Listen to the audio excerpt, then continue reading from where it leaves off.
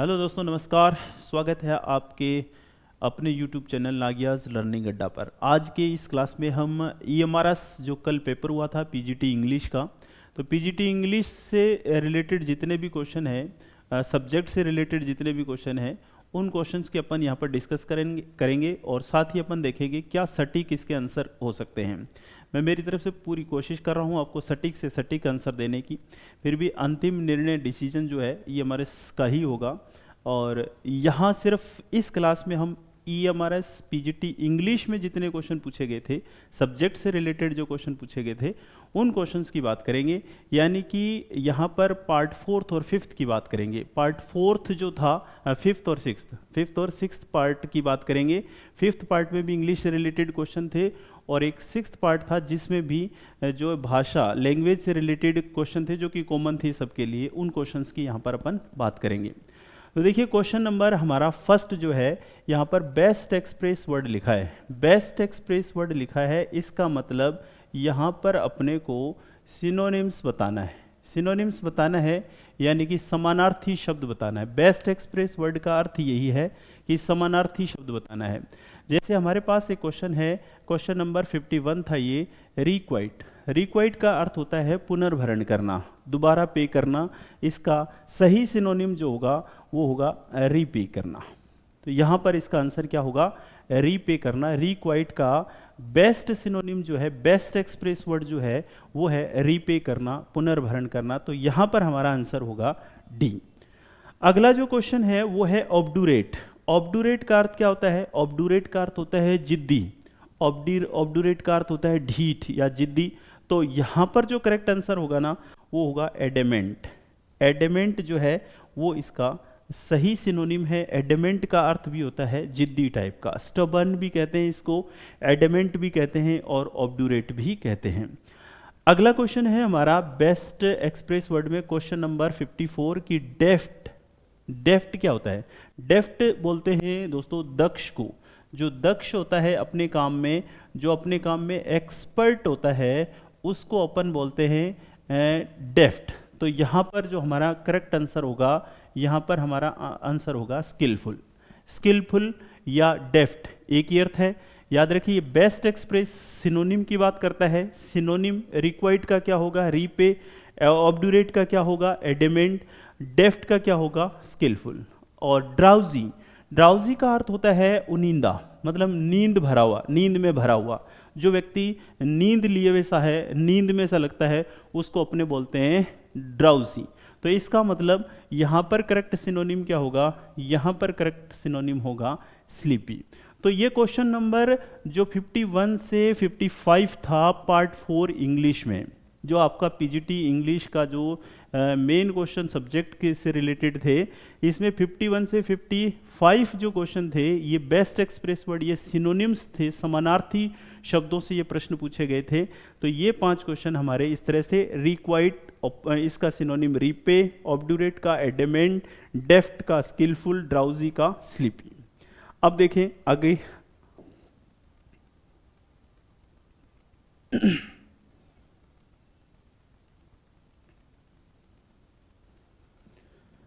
आगे क्वेश्चन देखते हैं दोस्तों।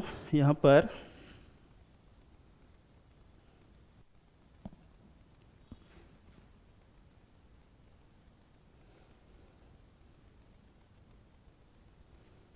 Question number 56। Question number 56। Question number 56 में अपने को बताना क्या है? ऑपोजिट बताना है। क्वेश्चन नंबर 56 में अपन को बताना है ऑपोजिट। ऑपोजिट वर्ड कौन कौन से बताने हैं? जिसमें है एपोजिट। एपोजिट का हिंदी अर्थ क्या होता है? एपोजिट का हिंदी अर्थ होता है उचित। एपोजिट क्या होगा? 56 से 61 बताने अपने को। तो एपोजिट जो होता है ये होता है उचित। और इसका अब अपने को ऑपोजिट बताएं तो इसका होगा इन एप्रोप्रिएट। ये उचित है तो इन एप्रोप्रिएट का अर्थ क्या होगा? अनुचित। एपोजिट उचित और इन एप्रोप्रिएट जो होगा वो उचित होगा। यहां पर इसका करेक्ट आंसर होगा इन एप्रोप्रिएट। एक सेकेंड।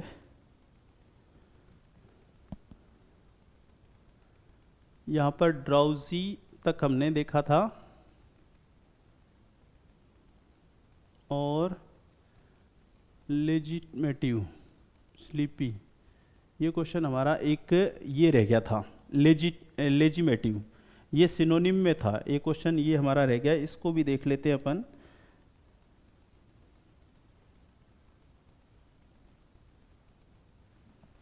लेजिटिमेटिव क्वेश्चन नंबर 53, ये होता है अवैध।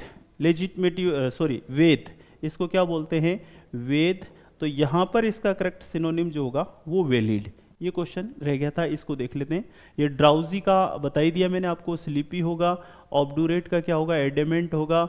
और इसका रिपे हो गया था, और इससे पहले वाले क्वेश्चन हो गए थे। यहाँ पर अपन ऑपोजिट की बात कर रहे हैं, क्वेश्चन नंबर 56 से 60। तो एपोजिट, एपोजिट का हिंदी अर्थ क्या होता है?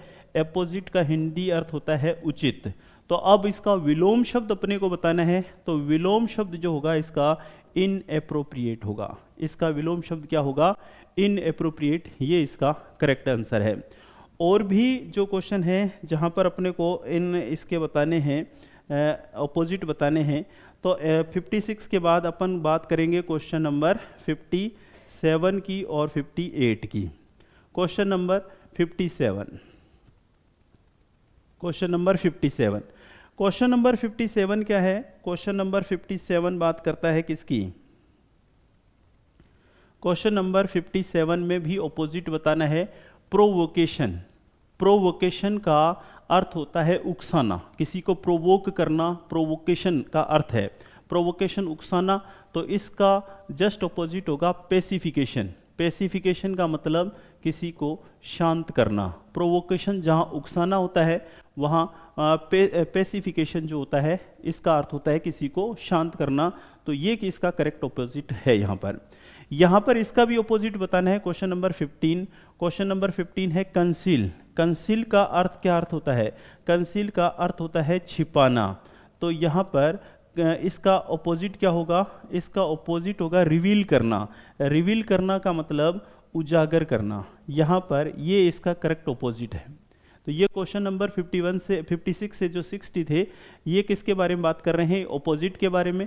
तो यहाँ पर अपने इनके ऑपोजिट बताने हैं। तो रिवील इसका उजागर करना है, कंसील जहाँ छिपाना था। इसके बाद है इवैक्यूएट। इवैक्यूएट का अर्थ क्या होता है? इवैक्यूएट का ऑपोजिट क्या होता है? इवैक्यूएट का ऑपोजिट होगा रिटेन करना। इवैक्यूएट का अर्थ क्या होगा? रिटेन करना। प्रोवोकेशन का प्रोसिफिकेशन, और यहाँ पेसिफिकेशन, कंसील का रिवील, और इवैक्यूएट का रिटेन। ये ऑपोजिट होगा क्वेश्चन नंबर 57, 58, 59 और 60। 60 क्वेश्चन जो है ये भी किससे रिलेटेड है? 60 नंबर क्वेश्चन जो है ये भी रिलेटेड है ऑपोजिट से। तो यहाँ पर बात करते हैं इस 60 नंबर क्वेश्चन की।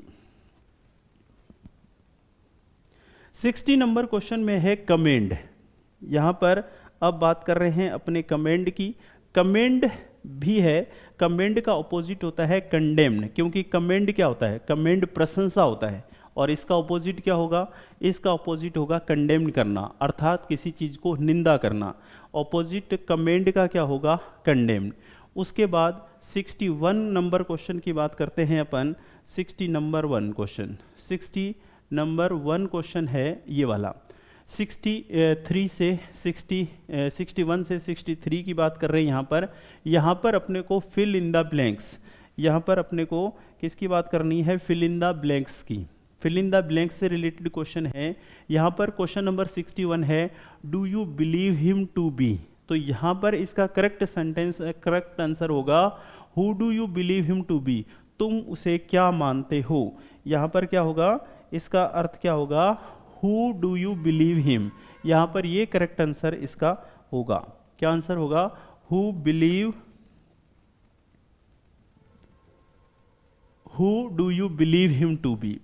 बट मेरा मानना है कि यहाँ पर हाउ भी हो सकता है। How do you believe him to be, तुम उस पर कैसे विश्वास करते हो, ये दोनों हो सकते हैं। वेयर और विच यहाँ पर नहीं होगा, बट करेक्ट आंसर ये होना चाहिए। करेक्ट आंसर क्या होगा? ये who do you believe him, और ऐसा इसलिए आइडिया लगा रहे हैं अपने क्योंकि हु के बाद जो है ना वो हेल्पिंग वर्ब का यूज़ होता है या वर्ब का यूज़ होता है। तो यहाँ पर अपन डू को मान लेते हैं, डू यहाँ पर सेंटेंस में वर्ब है, तो who do you believe him to be, ये करेक्ट आंसर होना चाहिए मेरी दृष्टि में, जो मुझे लगा। नेक्स्ट क्वेश्चन हमारा कौन सा है? नेक्स्ट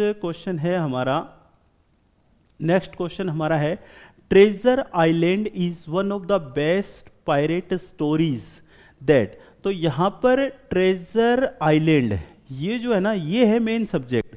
ट्रेजर आइलैंड जो है ये मेन सब्जेक्ट है, इसलिए इस सेंटेंस में अगर हम देखें ट्रेजर आइलैंड ये मेन सब्जेक्ट है, तो वर्ब इसके अकॉर्डिंग होगा, स्टोरीज के अकॉर्डिंग नहीं होगा। स्टोरीज मेन सब्जेक्ट नहीं है, तो ट्रेजर आइलैंड एक है, तो यहाँ पर वर्ब किसका प्रयोग होगा? वर्ब सिंगुलर होगी, क्योंकि ट्रेजर आइलैंड किसी एक पुस्तक की बात हो रही है, तो ट्रेजर आइलैंड के अकॉर्डिंग यहाँ पर वर्ब जो होगी वो सिंगुलर होगी, तो यहाँ पर आंसर होगा is. Treasure Island is one of the best pirate story that is ever written. ठीक है, नेक्स्ट क्वेश्चन है 2/3 of the city in the ruins, 2/3 of the city, तो यहाँ पर एक शहर के 2/3 भाग की बात की जा रही है दोस्तों, तो यहाँ पर वर्ब जो है वो सिंगुलर आएगी। यहाँ पर सेंटेंस में वर्ब कैसी होगी? यहाँ पर सेंटेंस में वर्ब सिंगुलर होगी। चलिए नेक्स्ट क्वेश्चन की बात करते हैं। अगला क्वेश्चन कौन सा है? अगला क्वेश्चन है 64,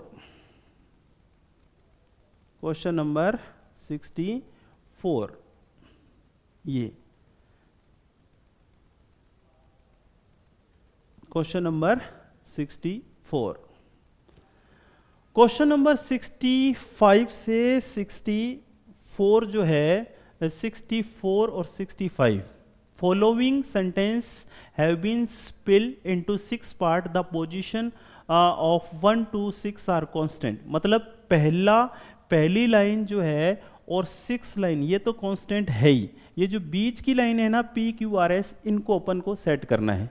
ये जो बीच की लाइनें हैं इनको सेट करना है, इनको क्रमबद्ध रूप से लगाना है, अरेंज करना है, ताकि एक मीनिंगफुल पैसेज बन जाए इसका। तो यहाँ पर बोल रहा है when I reached my office, फिर अपन कहते हैं I phoned my mother. When I reached my office, जब मैं अपने ऑफिस पहुंचा, फिर मैंने यहाँ पर इसको पहली लाइन मानता हूँ। आई फोन्ड माई मदर, मैंने अपनी माँ को फ़ोन किया, टू टेल हर, ये बताने के लिए, ये बताया, और क्या बताया? That I would not be able, कि मैं समर्थ नहीं हूँ, और फोर्थ है टू गेट होम अर्ली, घर जल्दी आने में, एज आई हैड प्रोमिस, जैसा कि मैंने प्रॉमिस किया था। तो मेरी नज़र से ये जो है ना ये सीक्वेंस बननी चाहिए। तो सबसे पहले पहली लाइन और छठी लाइन तो है ही, सबसे पहले क्या आना चाहिए यहाँ पर जो है, सबसे पहले क्यू आना चाहिए, सबसे पहले क्यू, और उसके बाद क्या आना चाहिए? उसके बाद एस, उसके बाद क्या आना चाहिए? आर, और उसके बाद आना चाहिए पी। तो QSRP ये करेक्ट आंसर होगा, और ये आंसर यहाँ पर है, तो ये करेक्ट इसका जो है वो बनेगा। एक सही जो सीरीज होगी ना वो ये बनेगी, यहाँ पर सेंटेंस में ये इसकी सही सीरीज होगी। ऐसे ही ये 64 क्वेश्चन है, ऐसे ही 65 क्वेश्चन की बात कर लेते हैं अपन। 65 क्वेश्चन में भी ऐसी ही सीरीज अपन को बनानी है।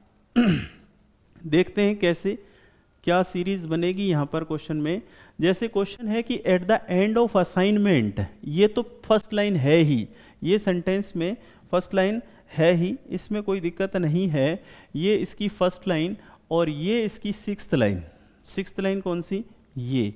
बाकी की ये जो 4 लाइनें ना 1 2 3 4, इनको अपने को करेक्ट अरेंज करना है, इनको करेक्ट रूप से अपने को अरेंज करना है ताकि अपने को करेक्ट आंसर मिले। तो यहाँ पर जो फर्स्ट लाइन है ना, at the end of the assignment the field worker, ये पहली लाइन होगी, द फील्ड वर्कर, और उसके बाद है submitted his papers, field work ने अपने पेपर को सबमिट किया, एंड आल्सो बिल्स, और उसके बिल्स भी सबमिट किए, for the work done by him, और उस कार्य के लिए जो उसने किया था, to the office superintendent, office superintendent को ये चीज़ें सौंपी। तो हमारे हिसाब से पहली लाइन तो कौन सी बन रही है? पी, और फिर दूसरी लाइन कौन सी बन रही है? क्यू, तीसरी लाइन बन रही है एस, और चौथी लाइन बन रही है आर। तो PQSR वाला ऑप्शन सही होगा, PQSR वाला ऑप्शन ये है। तो इस तरह से ये इसका करेक्ट आंसर होगा। और इसी तरह से सीरीज अपन को बनाकर सेंटेंस का आंसर प्राप्त करना होता है सेंटेंस रीअरेंजमेंट वाले क्वेश्चन में। तो क्वेश्चन नंबर 65 था दोस्तों। यहाँ क्वेश्चन नंबर 66 की भी बात कर लेते हैं अपन यहाँ पर। क्वेश्चन नंबर 66, क्वेश्चन नंबर 66, ये क्वेश्चन नंबर 66 है। यहाँ पर अपने को बताना है make hay while the sunshine. Make hay while the sunshine में ये जो अंडरलाइन किया गया है ये जो अंडरलाइन किया गया है वाइल द सनशाइन, ये कौन सा क्लोज है? क्लोज या फ्रेज आपने पढ़ी है तो आपको पता होगा। यहाँ पर बात हो रही है वाइल द सनशाइन, कब? जब सनशाइन होगा। Make hay while the sunshine वैसे एक इडियम्स है जिसका अर्थ होता है अच्छे समय का फायदा उठाना, get the opportunity of favourable time, उसको बोलते हैं make hay while the sunshine. एक इडियम्स भी है यहाँ पर, लेकिन अंडरलाइन वर्ड पूछ रहा है कि वाइल द सनशाइन। यहाँ पर वाइल द सनशाइन कौन सा क्लोज है, कौन सा उपवाक्य है? तो यहाँ पर हम देखते हैं कि ये एडवर्ब क्लोज है, क्योंकि ये समय की बात कर रहा है, यहाँ पर एडवर्ब ऑफ टाइम की बात कर रहा है। तो यहाँ पर एडवर्ब क्लोज जो है वो है ये। 66 क्वेश्चन का आंसर क्या होगा? एडवर्ब क्लोज, ये इसका करेक्ट आंसर है। आगे 67 क्वेश्चन नंबर की बात करते हैं अपन। 67 क्वेश्चन क्या कहता है, चलिए देखते हैं। 67, can you tell me who wrote Shakuntala? तो ये कह रहा है कि यहाँ पर ये जो अंडरलाइन किया गया वर्ड है, ये वाला हु रोट शकुंतला, ये जो है ये कौन सा क्लोज है, इस क्लोज को बताना है। तो ये यहाँ पर मुख्य क्लोज है। मुख्य क्लोज है, इसका मतलब इसको हम प्रिंसिपल क्लोज कहेंगे। तो यहाँ पर हमारा आंसर होगा हु रोट शकुंतला जो है वो प्रिंसिपल क्लोज है, मुख्य क्लोज है इस सेंटेंस में, यही हमारा करेक्ट आंसर है। इसी तरह स्टूडेंट चलते हैं नेक्स्ट 68 नंबर क्वेश्चन पर। 68 नंबर क्वेश्चन क्या बोलता है? चलिए 68 से लेकर 70 नंबर क्वेश्चन यहाँ तक, 68 से 70 क्वेश्चन जो है यहाँ पर फिल इन द ब्लैंक्स वाला क्वेश्चन पूछा गया। बहुत ही आसान है, इसको थोड़ा सा और मैं बड़ा कर दूं इसको अगर और बड़ा कर दें थोड़ा सा, तो यहाँ पर देखिए इस तरह से कि 68 से 70 क्वेश्चन, 68 से 70 क्वेश्चन में आपको रिक्त स्थानों की पूर्ति करनी है कि my strength is as the strength of 10, my heart is pure. My strength is as the strength of 10 as my heart is pure. यहाँ पर एज का प्रयोग किया जाएगा। हालांकि इस क्लास में हम सिर्फ पेपर सॉल्व कर रहे हैं, कोई टॉपिक नहीं पढ़ रहे, नहीं तो मैं आपको सारी चीज़ें विस्तार से बता दूं कि यहाँ पर एज क्यों आया, ये क्यों आया, थोड़ा सा बता देते हैं कि बाकी हर क्वेश्चन का जो है ना एक रीज़न है, कोई ना कोई ग्रामेटिकल रीज़न है, कोई ना कोई ग्रामेटिकल रूल को फॉलो करता हुआ कोई ना कोई सेंटेंस बना है। तो सभी रूल का डिस्कशन तो दोस्तों हम इस क्लास में नहीं करेंगे, लेकिन कुछ छोटी छोटी बातें जो हैं वो मैं आपको बता दूँ कि एज का जो प्रयोग होता है इसके बाद एक सब्जेक्ट, एक वर्ब और एक ऑब्जेक्ट होना चाहिए, जबकि लाइक जो है इसके बाद ओनली सब्जेक्ट होता है। जैसे she sings like Lata Mangeshkar, तो she sings like Lata Mangeshkar होगा, एज लता मंगेशकर नहीं होगा, क्योंकि लाइक इसलिए प्रयोग कर रहे हैं कि ओनली सब्जेक्ट लता मंगेशकर का यूज हो रहा है। लेकिन she sings like Lata Mangeshkar sings ऐसे बोलेंगे ना तो सब्जेक्ट और वर्ब आ गई, सब्जेक्ट और वर्ब आएगी, फिर लाइक का प्रयोग नहीं होगा, फिर एज का प्रयोग होगा। इसी तरह माई हार्ट इज प्योर, यहाँ पर सब्जेक्ट और वर्ब दोनों का प्रयोग हो रहा है, इसलिए हम एज का प्रयोग करेंगे। अगर यहाँ पर होता ना सिर्फ इतना कि my strength is as the strength of 10 my heart, बस इतना ही होता तो फिर हम लाइक का प्रयोग करते, यहाँ पर अभी एज का प्रयोग किया जाएगा। ओके, अगला क्वेश्चन 69 है वर्च्यू इनोबल्स बट वाइस डिग्रेड्स। तो यहाँ पर हमारा करेक्ट आंसर क्या बनेगा? बट यहाँ पर दिख रहा होगा आपको, इसको ऊपर कर लेते हैं नहीं तो थोड़ा सा।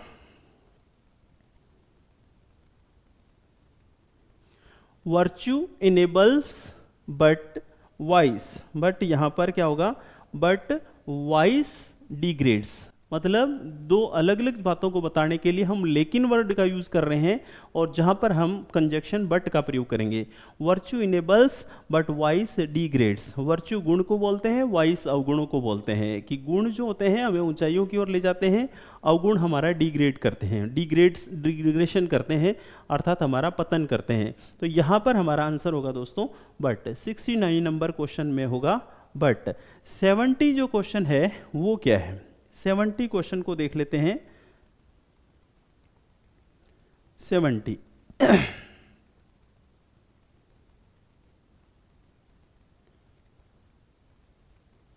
70 क्वेश्चन। दे टॉयल, क्वेश्चन है they toil not space do they spin. तो यहां पर होगा दे टॉयल नाइदर, यहां पर क्या होगा? दे टॉयल नाइदर, यहां पर कोमा है, बीच में कोमा है। They toil not neither do they spin. वे ना तो टॉयल कर रहे हैं ना स्पिन कर रहे हैं। तो ना को बताने के लिए, ना तो ना के लिए नाइदर नोर का यूज कर रहे हैं, और इसलिए यहां पर हम सेंटेंस में नाइदर का प्रयोग कर रहे हैं। ना, इसका नाइदर नोर का हिंदी अर्थ नाइदर नोर, नाइदर नोट, इसका हिंदी अर्थ होता है ना तो ना। तो दे टॉयल नोट और नाइदर दे डू स्पिन, ना तो वो टॉयल कर रहे हैं ना वो स्पिन कर रहे हैं। तो इसलिए ना तो ना के लिए हम यहाँ पर सेंटेंस में नाइदर का प्रयोग करेंगे। ये था हमारा क्वेश्चन नंबर 17। 70 के बाद अब हम बात करेंगे क्वेश्चन नंबर 71 की। अब 71, चलिए दोस्तों चलते हैं 71 क्वेश्चन। यहाँ है ये 71 क्वेश्चन।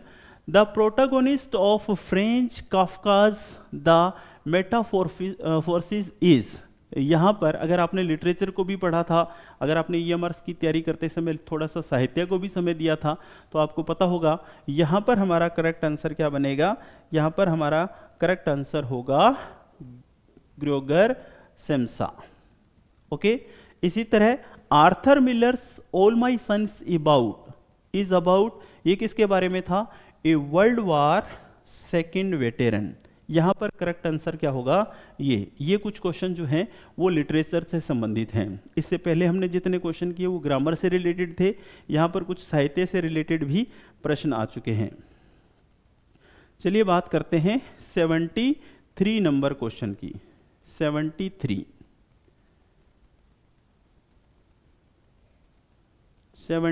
क्वेश्चन क्या है? Pablo Neruda's book question contain poems in couplet. तो दोस्तों यहाँ पर 74 पोइम्स थी, यहाँ पर हमारा करेक्ट आंसर कितना होगा? 74। इसका आंसर है Pablo Neruda's the book question contains 74 poems in couplet form. 74 poems जो थी वो कपलेट फॉर्म में थी। ये हमारा क्वेश्चन नंबर 73। इसी तरह 74 क्वेश्चन की बात करते हैं। 74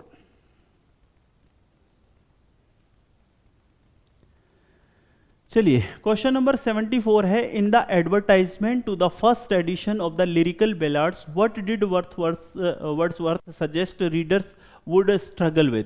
तो यहाँ पर हमारा करेक्ट आंसर क्या होगा? यहाँ पर हमारा आंसर है third, feeling of strangeness and awkwardness. यहाँ पर करेक्ट आंसर ये है। और 75 क्वेश्चन है which Shakespearean heroine says husband I come. दोस्तों ये पोर्शिया है, जो जूलियस सीजर, उन्होंने नोवेल लिखा था, विलियम शेक्सपियर ने।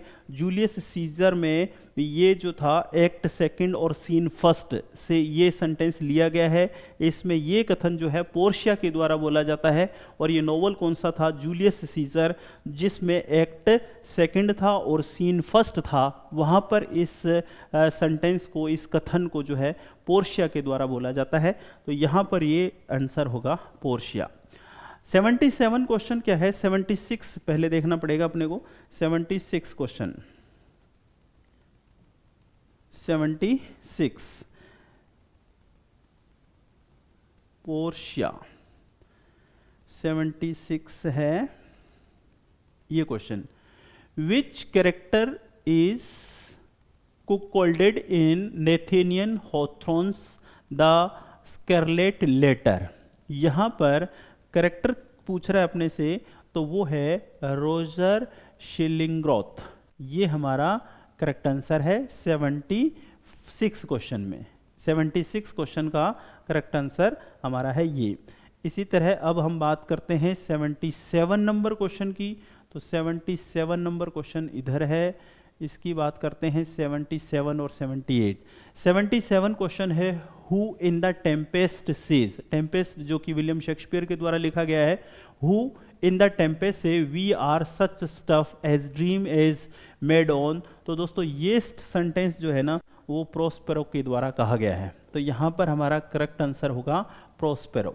प्रोस्पेरो, अगर आपने टेम्पेस्ट पढ़ी है तो आपको पता है कि ये कथन जो है वो प्रोस्पेरो के बारे में है। अगला क्वेश्चन है 78, मुल्क Raj Anand was founding member of, किसके मेंबर थे ये मेंबर थे प्रोग्रेसिव राइटर्स एसोसिएशन के। किसके राइटर थे? प्रोग्रेसिव राइटर एसोसिएशन के ये जो थे फाउंडर मेंबर माने जाते हैं मुल्क राज आनंद को। और फिर था Shelley's Adonais an elegy on the death of, Shelley ने एडोनिस एक एलिजी लिखी थी, एक शोक गीत लिखा था। ये किसके ऊपर था? ये इनके फ्रेंड जॉन कीट्स के ऊपर था। जॉन कीट्स की जो अर्ली डेथ थी इसके संबंध में इन्होंने इनके ऊपर शोक गीत लिखा था। और इसी शोक गीत से ये जो एडोनिस जो है, ये एलिजी जो है, ये जॉन कीट्स के ऊपर पी.बी. शेले के द्वारा लिखी गई थी। चलिए क्वेश्चन नंबर 80 की बात करते हैं। क्वेश्चन नंबर 79 के बाद क्वेश्चन नंबर 80, ये है दोस्तों क्वेश्चन नंबर 80 कि which of the following symbols signifies peace in Chinua Achebe's Arrow of God. यहाँ पर आपको करेक्ट आंसर बताना है। तो यहाँ पर आंसर है पाम वाइन। ये सारा साहित्य से रिलेटेड प्रश्न है। अगर आपने साहित्य को एकदम बहुत अच्छी तरह से पढ़ा है तो फिर आपको ये प्रश्न जो है पता होंगे। हाँ, हालांकि ये मुश्किल क्वेश्चन है, बहुत डीप जो प्रश्न है ये पूछे गए हैं साहित्य से रिलेटेड। तो अगर आपको नहीं आते थे, अगर आपने इनको स्किप किया है तो ज़्यादा अच्छा रहेगा। बाकी आपने किया है तो गलत है, सही है, अब आप इसका अंदाज़ा लगा सकते हैं। पाम वाइन जो है यहाँ पर 80 नंबर क्वेश्चन का आंसर है। 81 क्वेश्चन की बात कर लेते हैं। 81 क्वेश्चन जो है वो किससे रिलेटेड है देखते हैं।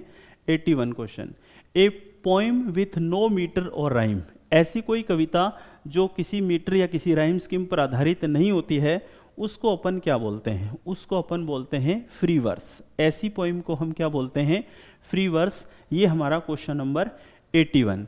82 नंबर क्वेश्चन है Ruskin Bond's a flight of pigeons is based on. Ruskin Bond की जो ये थी a flight of pigeons is based on, किस पर बेस्ड थी दोस्तों? ये थी द इंडियन म्यूटिनी ऑफ 1857, जो 1857 का विद्रोह था उसके ऊपर, भारत का जो 1857 का विद्रोह था जो है उसके ऊपर रस्किन बॉन्ड ने ये लिखा है fight of pigeon is a fight of pigeons. ये किस पर बेस्ड थी? द इंडियन म्यूटिनी ऑफ 1857, यानी कि 1857 के विद्रोह के ऊपर जो था ये रस्किन बॉन्ड ने लिखा था। उसके बाद 83 क्वेश्चन की बात करेंगे अपन। पहले 83 क्वेश्चन क्या है? 83 ये है दोस्तों question number 83। A curricular enrichment program that provides a teacher of English and her learners with an opportunity to use their skill in language other than English in non-language courses is called। उसको क्या बोलते हैं दोस्तों? उसको बोलते हैं language acquisition of content.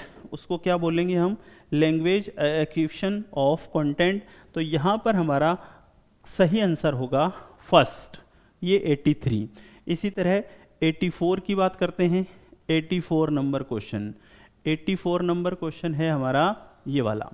84, choose the two statements that are true of teaching of grammar. Grammar method है, grammar translation method है या डायरेक्ट मेथड है। इंग्लिश अगर आपने रीड की सेकंड ग्रेड की तैयारी की है इंग्लिश सब्जेक्ट से तो आपने मेथड्स पढ़े होंगे, तो उसमें ग्रामर ट्रांसलेशन मेथड आता है एक, और इसी ग्रामर ट्रांसलेशन मेथड से जो है ये प्रश्न पूछा गया है कि choose the two statement that are true of teaching of grammar. दो ऐसे स्टेटमेंट को चुनिए जो ग्रामर ट्रांसलेशन मेथड से संबंधित हैं और सत्य हैं। तो दोस्तों ऐसे दो स्टेटमेंट जो हैं वो ए और सी हैं। तो यहाँ पर हमारा करेक्ट आंसर क्या बनेगा? यहाँ पर हमारा आंसर बनेगा पहला, कि teaching rules at the initial stage is not effective, और जो अगर आप जो छोटे बच्चे हैं उनको ग्रामर के रूल बताएंगे तो ज़्यादा इफेक्टिव नहीं होंगे। और सी ऑप्शन जो है ना, grammar teaching should move from meaning to form, और जो ग्रामर टीचिंग जो है वो मीनिंग से फॉर्म की ओर जानी चाहिए। तो ये दो बातें जो हैं वो ग्रामर ट्रांसलेशन मेथड से रिलेटेड सही हैं, इसलिए यहाँ पर हमारा आंसर बनेगा पहला। उसके बाद दोस्तों बात करते हैं 85 नंबर क्वेश्चन की। चलिए 85 नंबर क्वेश्चन क्या कहता है। 85 एंड 86 इन दोनों क्वेश्चंस को देखते हैं। In 1968 it was envisaged that 6% of GDP should be spent on education, कि यहाँ पर 6% जीडीपी का एजुकेशन पर खर्च करने की बात हुई थी, इसलिए यहाँ पर आंसर होगा कौन सा, फर्स्ट। इन 1968 में 1968 में जो एजुकेशन पॉलिसी बनी थी, वहाँ पर एजुकेशन पॉलिसी में शिक्षा पर 6% खर्च, जीडीपी का 6% खर्च करने की बात हुई थी, तो यहाँ पर हमारा करेक्ट आंसर होगा 85 का 6। The right of children to free and compulsory education act was passed, यहाँ पर अच्छा क्वेश्चन था, ये पूछ रहा पास कब हुआ था, लागू नहीं, लागू तो 2010 में हुआ था, लेकिन ये पास कब हुआ था, ये पास हुआ था 2009 में। तो यहाँ पर पास पूछ रहा है, तो इसलिए हमारा आंसर 2009 होगा। अगर ये लागू कब हुआ था, इसको कब से लागू किया गया, ऐसा कुछ क्वेश्चन होता तो हमारा आंसर होता 2010, बट इसने पूछा है कि पास कब हुआ था ये कानून, तो ये 2009 में पास हुआ था, इसलिए हमारा यहाँ पर करेक्ट आंसर होगा 2009। इट मीन्स आंसर तीसरा होगा। चलिए क्वेश्चन 87 की बात करते हैं। 87 नंबर क्वेश्चन कौन सा है? ये comprehensible input is language input that can be understood by learners despite their not understanding all the words and structures in it. This idea was proposed in 1985. ये आइडिया 1885 में किसके द्वारा दिया गया था दोस्तों? ये थे कौन? ये थे स्टीफन क्रेशन। स्टीफन क्रेशन इनका पूरा नाम था, स्टीफन क्रेशन।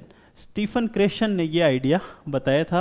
अगर आपने डीप स्टडी की है मेथड्स की, एजुकेशंस के इंग्लिश लैंग्वेज के मेथड की, तो ये प्रश्न आपको पता होंगे।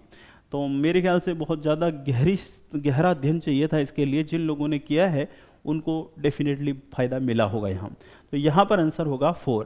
अगला क्वेश्चन है 88 number. Miss Rita is teaching change of speech, यानी कि डायरेक्ट इनडायरेक्ट, यानी कि narration to her class. She makes a speak to B and asks C to tell the class what A has said to B in her own words. Then the teacher explain the grammar rules. This method of teaching grammar is called. उसके मतलब पहले एक example दिया और उसके बाद rule बताया, और पहले एग्जाम्पल देकर, पहले उदाहरण देकर फिर रूल बताना जो होता है ना, वो कौन सा मेथड कहलाता है? वो इंडक्टिव मेथड कहलाता है। तो यहाँ पर हमारा आंसर क्या होगा? यहाँ पर हमारा आंसर होगा इंडक्टिव मेथड। यहाँ पर हमारा आंसर होगा, इस मेथड को जो है हम कौन सा मेथड कहते हैं? Inductive method. पहले एग्जाम्पल बताना फिर रूल बताना इंडक्टिव मेथड है, और पहले रूल बताना फिर एग्जाम्पल बताना वो डिडक्टिव मेथड है। क्योंकि इसने पहले एग्जाम्पल बताया है फिर रूल बताया है, इसलिए ये मेथड क्या कहलाया जाएगा? इंडक्टिव मेथड कहलाएगा। ये भी टीचिंग मेथड में आता है, आपने मेथड पढ़े हैं तो आपको पता है। 88 के बाद हम बात करेंगे 89 क्वेश्चन की। चलिए स्टूडेंट्स बात करते हैं 89 क्वेश्चन की, और 89 क्वेश्चन है हमारा ये। A class has completed reading a lesson, there are a few themes in it, the English teacher asked the class to identify words and word chunks related to different themes in the lesson, they have to make word charts of same category, this strategy is known. इस strategy को क्या बोलते हैं? ये जो strategy इस teacher ने इस लेसन के संबंधित लगाई, इसको हम क्या बोलते हैं? इसको हम बोलेंगे दोस्तों कौन सी स्ट्रेटेजी? ये कौन सी स्ट्रेटेजी लगाई है इन्होंने? ये इन्होंने लगाई है थीमेटिक लैंग्वेज टीचिंग। इसको हम थीमेटिक लैंग्वेज टीचिंग बोलेंगे। तो 89 का जो है क्वेश्चन नंबर हमारा जो है 89, उसका आंसर होगा हमारा 3rd। उसके बाद हम 90 नंबर क्वेश्चन की बात करते हैं। 90 नंबर ऊपर चला गया है, इसको देखते हैं। क्वेश्चन नंबर 90 और 91 वन। ये है हमारा 90 क्वेश्चन जो कि न्यू एजुकेशन पॉलिसी से है। तो न्यू एजुकेशन एनईपी मतलब new education policy 2020 lays emphasis on ECCE from age third. What does ECC stand for? ये ईसीसी का अर्थ क्या है दोस्तों? इस ईसीसी का फुल फॉर्म पूछ रहा है ये, तो इसका फुल फॉर्म जो है अर्ली चाइल्ड केयरिंग एजुकेशन। इसका ये नहीं है अर्ली चाइल्डहुड कंपल्सरी एजुकेशन, इसका है अर्ली चाइल्ड केयरिंग एजुकेशन। ये इसका करेक्ट आंसर होगा। ये एनईपी 2020 न्यू एजुकेशन पॉलिसी 2020 में ये ईसीसी वर्ड जो यूज हुआ है, इसकी फुल फॉर्म क्या होगी? इसकी फुल फॉर्म होगी अर्ली चाइल्ड केयरिंग एजुकेशन। उसके बाद 91 क्वेश्चन की बात करते हैं हम। 91 क्वेश्चन है the present 10+2 structure of school education will be modifies. ये मॉडिफाइज हुआ है 5333+4 533+4 इस सिस्टम पर आधारित न्यू एजुकेशन जो है वो होगी। अगले क्वेश्चन की बात करते हैं, क्वेश्चन नंबर 92।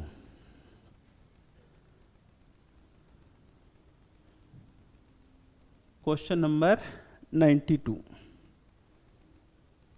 ये है क्वेश्चन नंबर 92 अपना। According to Justice JS Verma Commission 2012 a majority of stand alone TEI teacher education institute बोलते हैं इसको, TEI को TEIS over a number were selling degree for a price. तो यहाँ पर इस कमेटी ने बताया था कि ये डिग्रियां लगभग 10,000, तो यहाँ पर 10,000 की बात हो रही है, 10,000 फॉर ए प्राइस। यहाँ पर आंसर होगा 10,000, ठीक है। और उसके बाद क्वेश्चन नंबर 93। अब क्वेश्चन बहुत ही आसान है, जो पैसेज से रिलेटेड है, इनमें कुछ भी नहीं है। 93 से ये पैसेज आपने देखा होगा, ये पैसेज आपने पढ़ा होगा, बहुत ही आसान पैसेज था।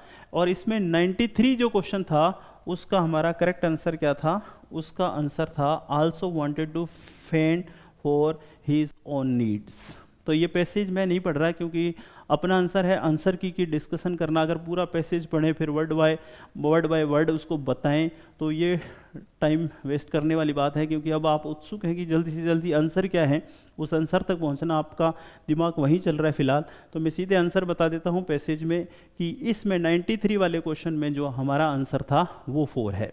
उसके बाद अगले क्वेश्चंस की बात करते हैं। अगला क्वेश्चन है हमारा कौन सा? 94 क्वेश्चन है ये। 94 क्वेश्चन में बोल रहा है what promoted the passer by to give money to the old man. तो यहाँ पर दोस्तों फर्स्ट आंसर है हमारा, कौन सा आंसर है? फर्स्ट। और 95 में द नूडल वेंडर शाउटेड, क्यों नूडल वेंडर शाउट कर रहा था? तो यहाँ पर हमारा आंसर होगा 4 to promote the sale of his noodles. और फिर है read the following statement, statement पढ़ना है। इन स्टेटमेंट को पढ़कर हमारा आंसर क्या निकल रहा है? Both A and B. और उसके बाद 98 क्वेश्चन है in spite of the advice of the old man the youth even at the seed implies that. यहाँ पर आंसर होगा दोस्तों सी। तीसरा loss of the chance of the next crop. उसके बाद क्वेश्चन नंबर नेक्स्ट की बात करते हैं, क्वेश्चन नंबर 99।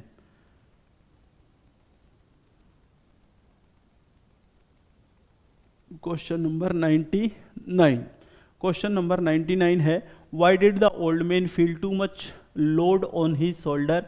तो यहाँ पर क्या होगा आंसर? यहाँ पर आंसर 4 है, ही वॉज कैरिंग 2 बास्केट्स। और उसके बाद क्वेश्चन नंबर 100, क्वेश्चन नंबर 100 यहाँ पर फिर एक पैसेज और की बात हुई थी। इस पैसेज में क्वेश्चन ये है what convinced Robinson cruise about the presence of another person in the island. तो यहाँ पर उसने कुछ फुटप्रिंट देखे थे, उनकी बात हुई है। आपने पैसेज पढ़ा होगा एग्जाम के टाइम, तो वहाँ पर आपने पढ़ा होगा the footprint different from his own. ये हमारा इसका करेक्ट आंसर होगा। उसके बाद दोस्तों क्वेश्चन नंबर 101 की बात करते हैं अपन। 101 क्वेश्चन नंबर 101 ये है how was Robinson Crusoe able to draw the attention of the moving ship. तो यहाँ पर हमारा आंसर क्या होगा, बाय लाइटनिंग फायर। आग जलाकर वो जो है, वो जो एक रेस्क्यू दल आता है उसको आग जलाकर वो बताता है, ताकि रेस्क्यू दल की नज़र उस पर पड़ती है और वो उन दोनों को बचा लेते हैं। पैसेज पढ़कर आपको पता लगा होगा। तो यहाँ पर आंसर 4 होगा 101 का। क्वेश्चन नंबर 102 है, when Robinson Crusoe fired from his gun it meant that. तो इसका मतलब ये था कि उसने उस अपने एक दूसरे दोस्त को बताने के लिए, जिसका नाम उसने फ्राइडे रखा था बाद में, क्योंकि वो फ्राइडे के दिन उसको मिला था, तो वो गन से आग कैसे निकाल रहा था, ताकि वो सोच रहा था कि ऐसा करके वो लोग जो उसका पीछा कर रहे थे फ्राइडे के, वो डर के हट जाएंगे। तो यहाँ पर आंसर होगा 4। 103 नंबर क्वेश्चन 103 नंबर क्वेश्चन की बात कर लेते हैं। 103 नंबर क्वेश्चन है, what promoted Robinson Crusoe to take Friday back home with. तो यहाँ पर दोस्तों आंसर होगा फ्राइडे आल्सो, सॉरी यहाँ पर आंसर होगा second, Friday also expressed his willingness to accompany Robinson Crusoe. तो यहाँ पर आंसर होगा सेकंड वाला। उसके बाद 104 नंबर क्वेश्चन की बात करते हैं अपन।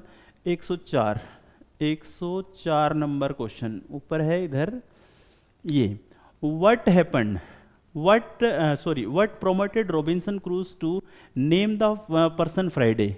किस लिए उसने उस व्यक्ति का नाम फ्राइडे रखा था, क्योंकि वो उसको फ्राइडे के दिन ही मिला था। It was Friday when he met him, इसलिए उसने उसका नाम क्या रख दिया था, फ्राइडे रख दिया था। क्वेश्चन नंबर 105 है, why was Robinson Crusoe pleased to have Friday on his island. क्यों खुश हुआ था अपने आइलैंड में उसको बुलाकर, ही वॉज फीलिंग लोनली, क्योंकि वो अकेला महसूस करता था, और उस दोस्त को लाकर उसने जो है उसकी एक कंपनी मिल गई उसको, उसका जो अकेलापन था वो हट गया था, वो अपने अकेलेपन से परेशान था, इसलिए उसको वो लेके आया था। दोस्तों पैसेज पढ़ा होगा आपने, और पैसेज से आपको ये पता चल गया होगा। 105 क्वेश्चन के बाद 106 नंबर क्वेश्चन की बात करते हैं। 106 नंबर क्वेश्चन है, why did Robinson cruise and Friday thank the captain of the ship. क्यों कैप्टन के शिप का धन्यवाद करते हैं वो, क्योंकि उन्होंने जो है उनका रेस्क्यू किया था, उनको बचाया था, इसलिए वो उनका धन्यवाद करते हैं। क्वेश्चन नंबर 106 हो गया। आगे बढ़ते हैं, क्वेश्चन नंबर 107 से 112 फिर ये एक पैसेज है, और यहाँ पर जिसमें हमारा क्वेश्चन नंबर 107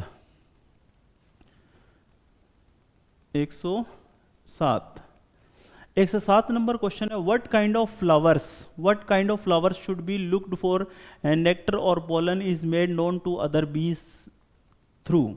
तो यहाँ पर आंसर क्या होगा दोस्तों, यहाँ पर होगा सेंट के थ्रू, और the dance of the returning bees indicates what they had found. वो जो मेन मक्खी होती है वो डांस करके बताती है कि उनको क्या मिला है। तो ये लैंग्वेज तो होती नहीं उनके पास, तो डांस करके, जैसा कि इस पैसेज में बताया गया है, डांस करके वो बताते हैं कि वो उन्होंने क्या पाया है। तो यहाँ पर आंसर होगा 4, क्वेश्चन नंबर 108 का। अब क्वेश्चन नंबर 109 की बात करते हैं। Question number 109, question number 109, when a bee comes home and finds a particular flower more than 100 yards away, the returning bee performs। क्या करती है फिर वो करती है डांस, ए टेल डांस। जब 100 यार्ड से ज़्यादा की दूरी होती है जहाँ पर उनको कोई फूल मिला है, उसके बारे में वो जो डांस करती है ना, वो टेल डांस होता है। और फिर है, the bees communicate with other bees through, किस मूवमेंट के द्वारा, अदर बीज से बी जो मक्खियां हैं वो दूसरी मक्खियों से कैसे कम्युनिकेशन करती हैं, वो मूवमेंट के द्वारा कम्युनिकेशन करती हैं। और फिर है द वर्कर बीज, जो वर्कर बीज है वो क्या करती है, एसिमिलेट। तो यहाँ पर हमारा आंसर होगा 111 नंबर क्वेश्चन का, एसिमिलेट। क्वेश्चन नंबर 113 से 117 नंबर की बात करें तो यहाँ पर अपने को लेटर से रिलेटेड क्वेश्चन है, क्योंकि हमारे सिलेबस में लेटर भी थे। तो यहाँ पर informal letter, if you know the address is the appropriate form will be. यदि तुम किसी को पत्र लिख रहे हो और आप उसको जानते हो तो फिर क्या लिखोगे, फिर आप लिखोगे योर सिंसियरली। यदि आप उसको जानते हो तो क्या लिखोगे, your sincerely. In a sentence when one subject is singular and other is plural, जब किसी सेंटेंस में एक सब्जेक्ट सिंगुलर और दूसरा प्लूरल हो तो वर्ब किसके अकॉर्डिंग होगी, पास वाले सब्जेक्ट के अनुसार होगी। तो यहाँ पर आंसर क्या होगा, क्लोजर टू इट। जो वर्ब जो है पास वाला सब्जेक्ट होगा उसका, उस सब्जेक्ट के अकॉर्डिंग जो है वो वर्ब का यूज किया जाता है। तो यहाँ पर आंसर होगा दोस्तों 4, 114 नंबर क्वेश्चन में। अब हम बढ़ते हैं आगे, आगे देखते हैं 115 नंबर क्वेश्चन। यहाँ पर 115 नंबर क्वेश्चन है हमारे पास। In social correspondence if you do not know the person to whom you are writing the salutation should be. आप अगर किसी को पत्र लिख रहे हो और आप उस व्यक्ति को नहीं जानते हो तो फिर सैल्यूटेशन क्या होगा, अभिवादन के लिए शब्द क्या होगा, फिर शब्द होगा दोस्तों डियर सर या मैडम, डियर सर या डियर मैडम। वहाँ पर अभिवादन के लिए आपका ये शब्द होगा, 115 नंबर का आंसर होगा ये। फिर बात करते हैं 116 नंबर क्वेश्चन की। A letter of complaint to be editor of a newspaper shall begin with. आप किसी न्यूज़पेपर के एडिटर को कोई पत्र लिख रहे हो कंप्लेंट से संबंधित, तो आप क्या कहोगे, तो आप ये कहोगे, यहाँ पर तीसरा ऑप्शन होगा this is to bring to your kind notice, कि हम आपके ध्यान में ये बात लाना चाहते हैं। अब कौन सी बात ध्यान में लाना चाहते हैं, उसके लिए अपना आंसर होगा ये। The bibliography gives details of. Bibliography में क्या होता है, बिब्लियोग्राफी जो होता है उसमें यहाँ पर पूछ रहा है कि क्या होता है, उसमें किसी भी बुक जो है वो उसके बारे में पूरी जानकारी होती है, उस बुक के बारे में पूरी जानकारी होती है। तो यहाँ पर आंसर होगा 3, 117 का नंबर 3। अब बात करते हैं 118 नंबर क्वेश्चन की। 118 नंबर क्वेश्चन में क्या है, 118 नंबर क्वेश्चन में बोल रहा है fill in the blanks with the correct most appropriate tense given as option. Correct tense का प्रयोग करना है। ये भी बहुत ही अच्छे क्वेश्चन थे। यहाँ पर हमें दिख रहा है, क्या दिख रहा है, यहाँ पर सेंटेंस में वुड प्लस फर्स्ट फॉर्म दिख रहा है, और जब इस तरफ वुड और प्लस फर्स्ट फॉर्म होती है तो इधर सेकंड फॉर्म होती है। तो सेकंड फॉर्म कौन सी है, वर। तो यहाँ हमारा आंसर होगा 4। 118 नंबर का क्वेश्चन क्या होगा, क्वेश्चन का आंसर क्या होगा 4, क्योंकि इधर वुड प्लस फर्स्ट फॉर्म है तो इधर सेकंड फॉर्म होगी। और 119 नंबर क्वेश्चन में कह रहा है इधर वर्ब की सेकंड फॉर्म है, और हमने पढ़ा है कि जब किसी सेंटेंस में 2 कार्य होते हैं, जो काम पहले होता है उसके लिए हेड प्लस थर्ड फॉर्म, जो बाद में होता है वो सेकंड फॉर्म। आप सबने एक एग्जाम्पल पढ़ा होगा, the patient had died before the doctor केम, या आपने ये पढ़ा होगा the train had left before I reach that railway station. तो जो काम पहले होगा उसके लिए हेड प्लस थर्ड फॉर्म, जो काम बाद में होगा उसके लिए सेकंड फॉर्म। तो यहाँ पर इधर हेड प्लस थर्ड फॉर्म आएगा क्योंकि इधर ऑलरेडी सेकंड फॉर्म आ चुकी है। तो 119 नंबर का हमारा आंसर होगा second, had written. I had written the letter before he arrived, मैं उसके आने से पहले पत्र को लिख चुका था। तो हमारा आंसर यहाँ पर क्या होगा, सेकंड होगा। तो क्वेश्चन नंबर 119 के बाद हम क्वेश्चन नंबर 120 की बात करते हैं, जो कि ऊपर है। क्वेश्चन नंबर 120, ये इसको करते हैं छोटा। यहां I can not remember where I left my pen, मुझे याद नहीं है कि मैंने अपना पेन कहाँ खोया है। तो यहां पर आंसर क्या होगा, लेफ्ट। और उसके बाद 121वां क्वेश्चन है 3 hours will have passed when the bell rings, तो यहां पर रिंग्स का प्रयोग होगा। 122वां क्वेश्चन है I shall certainly work all next week except it is when it is raining. तो यहाँ पर आंसर होगा ये, क्योंकि इधर शैल प्लस फर्स्ट फॉर्म है। जब एक तरफ शैल प्लस फर्स्ट फॉर्म है तो दूसरी तरफ सिंपल प्रेजेंट टेंस का प्रयोग होता है या प्रेजेंट टेंस का प्रयोग होता है। तो यहाँ पर इज रेनिंग होगा। क्वेश्चन नंबर 122 के बाद दोस्तों बात करते हैं क्वेश्चन नंबर 123 की। क्वेश्चन नंबर 123, यहाँ आइए। क्वेश्चन नंबर 123 है I have not seen Mohan since Monday. अब यहाँ पर कौन सा रूल लगा है, यहाँ पर ग्रामर का एक रूल है कि अगर बीच में सिंस आ जाए, सिंस इसके इस तरफ जो है वो सेकंड फॉर्म और इसके एक तरफ जो होता है वो has have plus third form होता है, हैज़ या हैव प्लस थर्ड फॉर्म। तो यहाँ पर सिंस आ रहा है तो इसलिए हमारा आंसर यहाँ पर क्या होगा, have not seen since Monday. मैंने मोहन को जो है वो मंडे से नहीं देखा है। और वैसे भी यहाँ पर जो सिंस फॉर है, सिंस फॉर की बात करें तो सिंस डेफिनेट टाइम के लिए और फॉर इंडेफिनेट टाइम के लिए होता है। तो जो प्रेजेंट परफेक्ट कंटिन्यूस टेंस होता है या पास्ट परफेक्ट कंटिन्यूस टेंस होता है या फ्यूचर परफेक्ट कंटिन्यूस टेंस है, उसमें तो हैज बीन सिंस फॉर आता ही है। और ये जो थर्ड टेंस होता है ना किसी भी टेंस का, उसमें भी हम इसका प्रयोग कर सकते हैं। तो यहाँ पर होगा हैव नॉट सीन, ऐसे नहीं होगा कि हैड नॉट बीन सीइंग, ऐसा नहीं होगा, यहाँ पर होगा have not seen. Question number 123 का आंसर है हमारा थर्ड। 24 की बात करें तो a reading, I have been reading this book since morning. हाँ, यहाँ पर जो है ना सिंस मॉर्निंग की बात हो रही है, तो हमारा आंसर होगा I have been reading this book since morning, मैं ये पुस्तक सुबह से पढ़ रहा हूँ। Question number 124। उसके बाद क्वेश्चन नंबर 125 की बात करते हैं।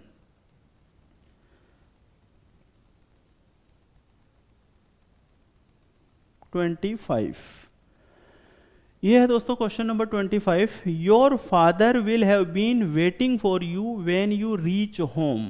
तो यहाँ पर हम आंसर क्या लिखेंगे, यहाँ पर आंसर होगा हमारा ये will have been waiting. Your father will have been waiting for you when you reach home. इधर सिंपल प्रेजेंट टेंस है, इधर इसलिए फ्यूचर परफेक्ट टेंस का प्रयोग होगा। ये कॉन्सेप्ट है सिंपल प्रेजेंट का और फ्यूचर का, इसमें हमारा फ्यूचर का यूज टेंस होगा तो विल हैव बीन वेटिंग होगा। 125 नंबर क्वेश्चन। इसी तरह 126 नंबर क्वेश्चन की बात कर लेते हैं। 126 नंबर क्वेश्चन कहाँ गया, 126 नंबर क्वेश्चन यहाँ पर है दोस्तों। ये 126 नंबर क्वेश्चन है ये, वर्क हार्ड लीस्ट। बहुत अच्छा क्वेश्चन था ये भी, कंजक्शन से रिलेटेड क्वेश्चन है। यहाँ पर लिस्ट दिख रहा है आपको, लिस्ट के बाद हमेशा शुड का यूज होता है और लिस्ट एक नेगेटिव वर्ड होता है, इसके बाद कोई नेगेटिव वर्ड का यूज नहीं होता, बट लिस्ट के बाद शुड आता है हमेशा। तो यहाँ पर शुड है ऑप्शन में, तो हमारा आंसर होगा ये। लिस्ट के बाद डेफिनेटली पक्का आपको हमेशा याद रखना, लिस्ट के बाद हमेशा ही सेकंड फॉर्म का यूज होता है, सॉरी शुड का यूज होता है और किसी मॉडल का नहीं। लेकिन लिस्ट खुद एक नेगेटिव वर्ड होता है जिसका अर्थ होता है कहीं ऐसा ना हो कि इसके बाद कोई नेगेटिव वर्ड नहीं आना चाहिए और मॉडल हमेशा शुड आता है, तो यहाँ पर आंसर होगा शुड।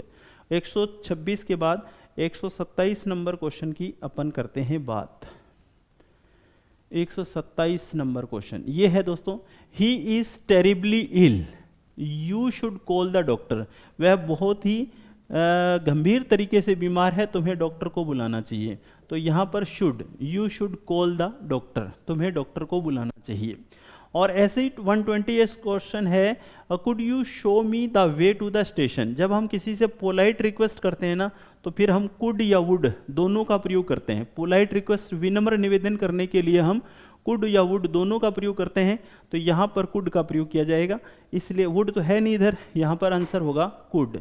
उसके बाद 129वां क्वेश्चन है, he very naughty as a child. तो ये होगा कुड बी, क्योंकि वह बचपन में बहुत शरारती हुआ करता होगा। तो यहाँ पर पास्ट टेंस की बात हो रही है और कैन प्रेजेंट को और कुड पास्ट को बताता है, तो यहाँ पर आंसर होगा कुड। यहाँ पर कुड भी आंसर होगा हमारा 129 नंबर क्वेश्चन का। चलिए नेक्स्ट क्वेश्चन की बात करते हैं। Question number 130। क्वेश्चन नंबर 130 है हमारे पास, we ought to respect our elders. तो हमारा आंसर यहाँ पर होगा ऑट टू, और ऑट टू जो है हमेशा मोरल ड्यूटी की बात करता है। किसकी बात करता है? मोरल ड्यूटी, हमारे नैतिक कर्तव्य को बताता है, इसलिए यहाँ पर होगा। और दूसरा, हमें कैसे पता चला कि ought to का प्रयोग होगा? क्योंकि यहाँ पर टू है, तो should to, could to, must to तो हो नहीं सकता, तो यहाँ पर सही आंसर क्या होगा? ought to। We ought to respect our elders। तो हमारा आंसर यहाँ पर होगा दोस्तों सही ought to, क्योंकि ये बताता है किसको? ये बताता है नैतिक जो है ड्यूटी, हमारी नैतिक कर्तव्य को बताता है, मोरल ड्यूटी को बताता है ought to, इसलिए यहाँ पर हम ought to का यूज करते हैं। तो यहाँ तक जितने भी क्वेश्चन हुए ना, ये क्वेश्चन सारे के सारे जो है पीजीटी इंग्लिश में जो आपका सब्जेक्ट से रिलेटेड क्वेश्चन थे ना, वो थे 130 तक। अब इसके अलावा भी 10 क्वेश्चन थे जो कि जनरल इंग्लिश के थे, जो कि सबके लिए थे। आप हिस्ट्री के थे, ज्योग्राफी के थे, किसी भी के भी थे की तैयारी कर रहे थे, उन सभी के लिए थे। तो इन 10 क्वेश्चन की भी बात करते हैं, यानी कि पार्ट नंबर 6 की। ये जो जनरल इंग्लिश से रिलेटेड क्वेश्चन थे, इनकी भी बात अपन यहाँ पर कर लेते हैं। जैसे पहला क्वेश्चन था यहाँ पर Fill in the blanks in the following sentence with the help of given option. The train was about to leave the station when we had reached. तो was past tense को बता रहा है, तो यहाँ पर हमारा आंसर क्या होगा, ये The train was about to leave. Train जाने को थी. When leave the station. When we, sorry यहाँ पर ये आंसर नहीं होगा, यहाँ पर होगा we reached there. जब हम वहाँ पहुँचे, ट्रेन जाने को थी. जब हम वहाँ पहुँचे, तो पास्ट टेंस की बात हो रही है. और 132 नंबर क्वेश्चन है, choose the option in which following sentence has been changed into passive voice. तो his attitude vexes me sometimes.